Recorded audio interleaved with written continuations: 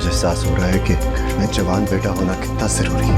आप एक नफ्स भी कहा ना तो मुझसे बुरा कोई नहीं होगा। तुम सिर्फ तमाशा ये सब उनके मैं तुमसे मुझे ऐसे लग रहा है कि शैरी भाई ने ना खुद को सही साबित करने के लिए ये नोट मेरे बैग में डाल दिया। तो हर वक्त एनवर भी होता है, क्या पता वो नोट उसने डाला।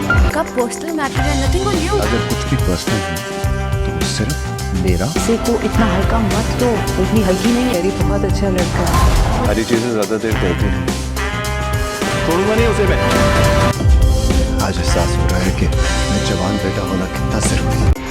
उस लड़की की चालाकी देखो, पहले दफ्तर में नौकरी की, फिर हमजा की जिंदगी से निकल जाओ।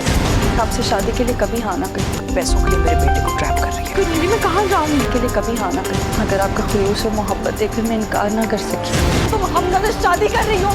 हाँ, आप उसके लायक ही नहीं। मैं कुछ करता हूँ। तो ठीक है, हम निकाह कर लेते हैं। शादी से इनकार करके किसके साथ शादी करना? पलक से।